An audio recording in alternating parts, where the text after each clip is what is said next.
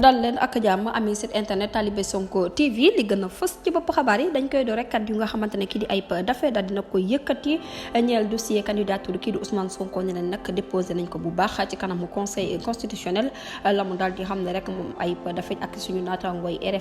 RFI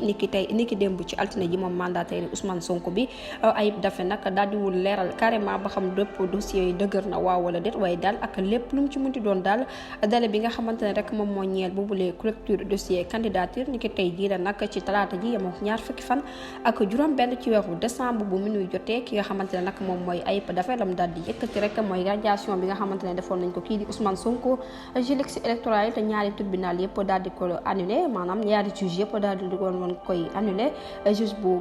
Ziguinchor ak juge bu Dakaru jamono ji nag